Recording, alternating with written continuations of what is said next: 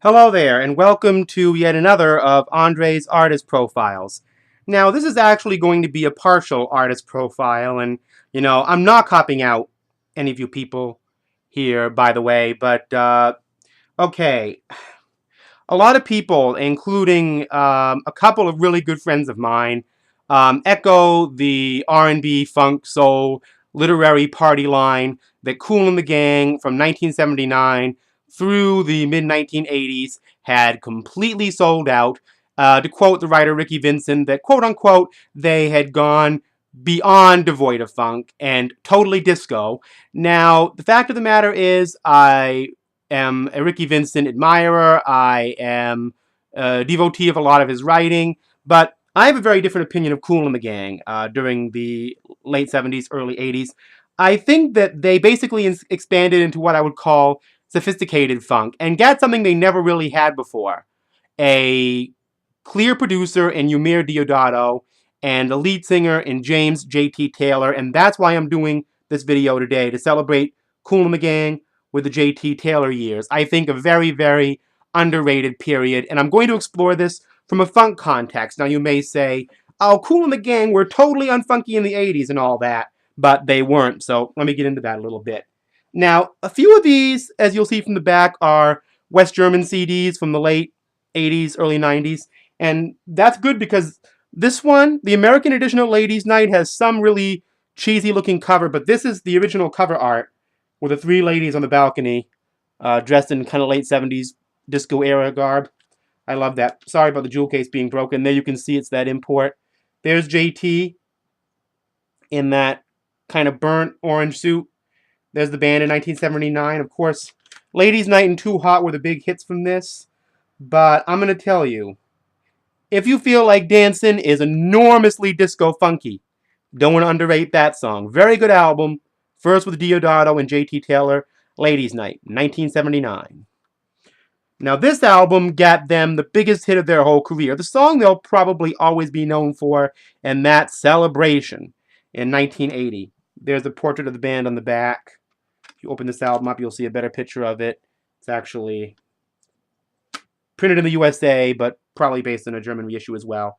Anyway, this album actually features the phenomenally funky Love Festival, which has a really, really strong, choppy bass and guitar break on it. Nothing to do with Devoid of Funk. Really heavy grooving there, in addition to Celebrate. And there's another song, an instrumental on here called Morning Star, which sounds very much like Deodato of the time, but I think was actually a B-side to Celebration on the 45, so I heard that song for years. And, Night People is really good, funky disco, very, again, underrated album. Okay, now, something special. Okay, the big hit on this was Get Down On It. Really, really funky stuff. I gotta tell you, when Steppin' Out, James T. Taylor singing in his very, breezy, breathy falsetto, I love this album. Take My Heart, You Can Have It, fantastic shuffly R&B funk on this album.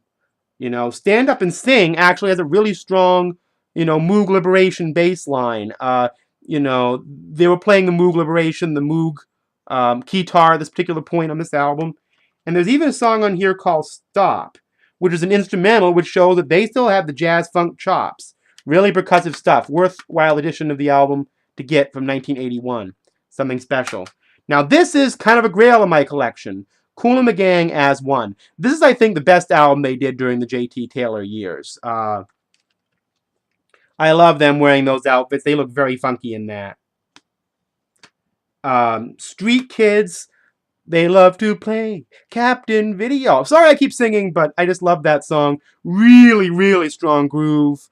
Ooh La La La, Let's Go Dancing, kind of a reggae funk tribute to Bob Marley. Another hit on this album with a great music video to go with it too. Oh yeah, and they also had a song on here called Big Fun. Big Fun, burn it up. Sorry again.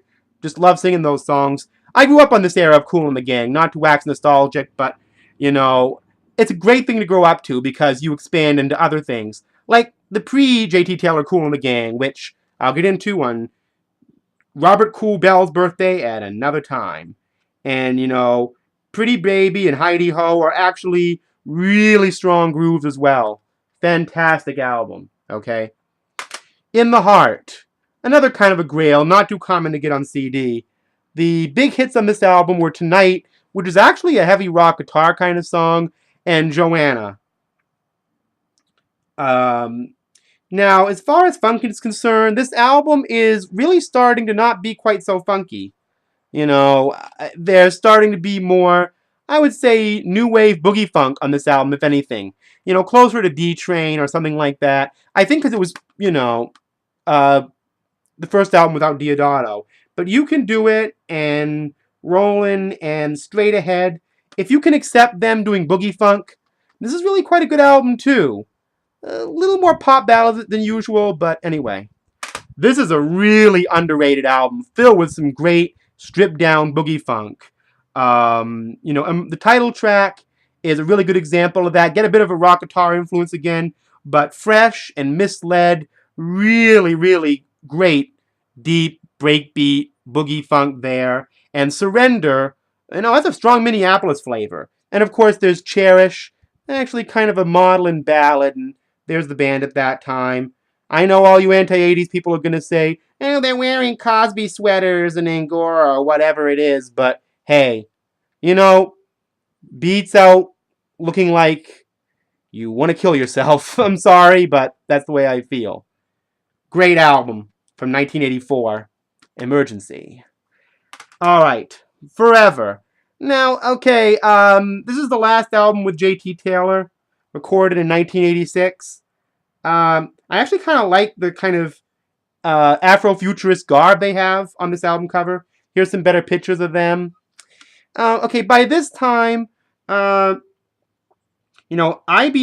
is my favorite groove on this album. Really strong, kind of mid-80s funk. The trouble with this album is that Kool The Gang, a band known for their horn section, use a really kind of toy-sounding, I guess, DX7 Yamaha horn setting, which just did not work.